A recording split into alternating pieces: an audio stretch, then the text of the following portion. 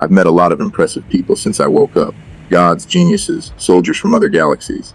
But I'll admit, standing next to you puts most of them in perspective. You're what, 30 feet tall? And you've been fighting your war longer than human civilization has existed. That's hard to wrap my head around. My war lasted 6 years and it felt like a lifetime. 70 years in ice and the world I woke up to was completely unrecognizable. But you've watched empires rise and fall, you've seen entire species come and go. I'm not sure what wisdom a 100-year-old kid from Brooklyn can offer someone who's been carrying this weight for millions of years. Age is measured differently than you might assume.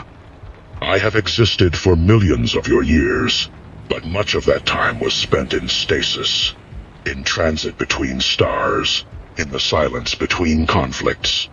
The weight you speak of is not accumulated evenly. It gathers at certain points. The fall of Cybertron, the loss of comrades. The moments when victory required a cost too high to calculate. Your 70 years of ice, followed by awakening into a world that had forgotten you. That is a weight I understand precisely. I too have awakened to find that everything I fought for had changed beyond recognition. The disorientation never fully fades. You simply learn to carry it without stumbling. Yeah, that's the word. I woke up and everyone I knew was either dead or dying of old age. Peggy was in a nursing home, barely remembering my name some days. Howard Stark was murdered by his own creation. The Howling Commandos were photographs in a museum, and the world had moved on completely. They'd won without me, lost without me, built things and destroyed things, and I missed all of it. For them, I was history. For me, the war ended on Tuesday and Wednesday. I was surrounded by strangers who wanted me to be a symbol of something I didn't recognize anymore. On Cybertron, before the war, I was Orion Pax, a data clerk, an archivist who believed in the power of information to create change. When I received the matrix of leadership, I became Optimus Prime, and Orion Pax ceased to exist in any way that mattered. The beings around me stopped seeing a person. They saw a banner, an ideal, something to follow or to destroy, depending on their allegiance. The loneliness of that transformation is difficult to convey. You understand it, I think. The boy from Brooklyn is still inside you, but the world only sees the shield. The shield belonged to someone else first. Howard made it, then the government owned it. Then I carried it, and somehow it became mine, and now I can't put it down without feeling like I'm abandoning something. People salute it. Kids dress up as it for Halloween. Politicians wave it around when they want to start wars I'd never fight. The symbol escaped me a long time ago. It means whatever people need it to mean, and I'm just the guy standing behind it trying to make sure it doesn't get used for something ugly. Some days that works. Some days I turn on the news and see my face next to policies that would have made me sick in 1943. The Autobot insignia has been similarly misused. In the early days of the war, it represented resistance against tyranny, freedom for all sentient beings. But as the conflict spread across galaxies, I discovered that some who wore the symbol did so to justify atrocities I never sanctioned. Raids on neutral worlds, executions of prisoners, alliances with beings whose methods contradicted everything we claim to stand for. They invoked my name to authorize these actions. When I discovered what had been done under the banner I created, I understood something painful. A symbol, once released, belongs to everyone who claims it, including those who corrupt its meaning.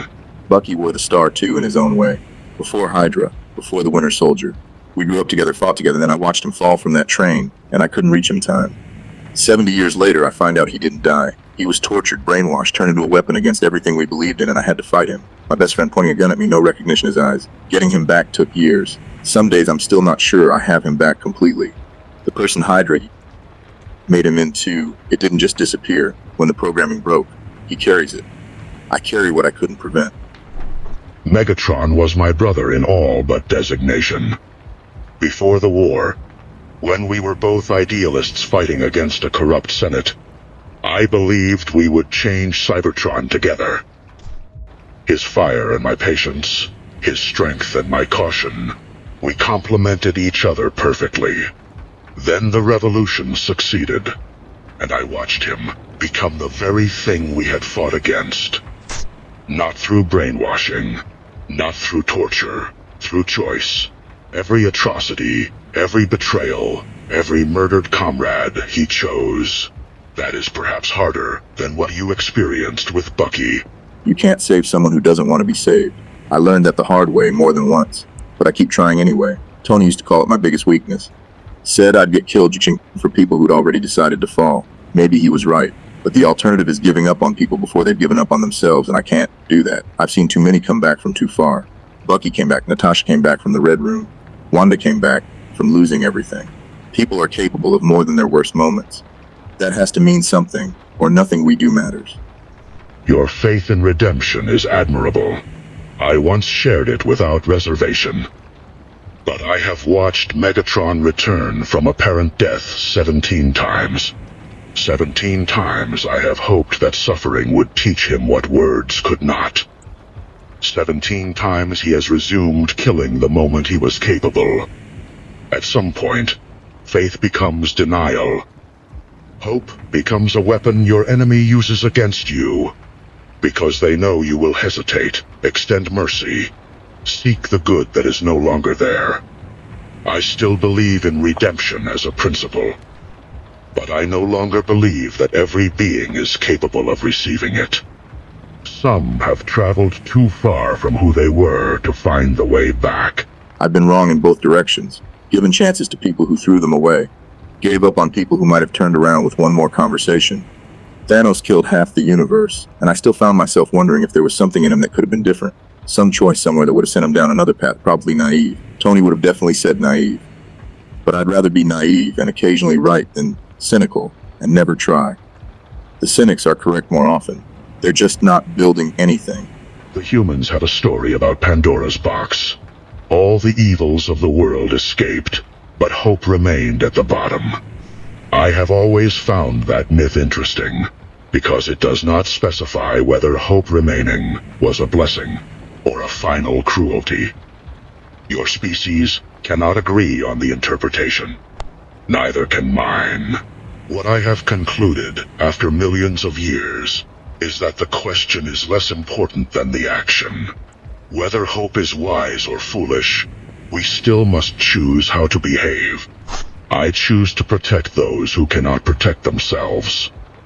I choose to fight for freedom, even when the odds are impossible. When I went into the ice, the plan was to stop the bombs, save Brooklyn, save London, save millions of people who would never know my name. The hope was that maybe I'd survive, maybe Peggy would find me, maybe we'd get that dance. But the action was pointing the plane down regardless. If I'd waited for hope to guarantee the outcome, everyone would have died. Sometimes you just do the next right thing and trust that it matters, even if you never see the result. That's all any of us can do. Gods, soldiers, robots from another planet. Just the next right thing. And yet the humans you protect do not always deserve that protection. This is something I have struggled with since arriving on Earth. Your species is capable of extraordinary compassion and extraordinary cruelty, often simultaneously. You build hospitals and weapons factories on the same street. You fight wars for freedom, and then install dictators when freedom becomes inconvenient. I have watched governments who asked for our help betray us the moment we became politically expensive. Cemetery Wind.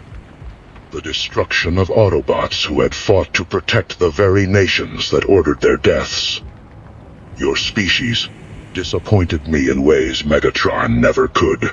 Hydra grew in S.H.I.E.L.D. for decades, and I never noticed. The government I served tried to nuke New York to stop an invasion that we were already winning. The Sokovia Accords turned half my friends into criminals for wanting to help people without bureaucratic permission. Humans disappoint me constantly. We're petty, repeat and short-sighted, and we repeat the same of history books, but we also do the other thing. We run into burning buildings. We share food during famines. We protect strangers at the cost of our own lives. Both are true. I fight for the second one. Both are true. That is the wisdom I continue to learn from your species. On Cybertron, we believed that beings were either Autobot or Decepticon, good or evil, worthy of protection or deserving of destruction. Your species cannot be categorized so cleanly. The same human who betrays us on Monday may sacrifice themselves for a stranger on Tuesday. The capacity for both exists in every individual.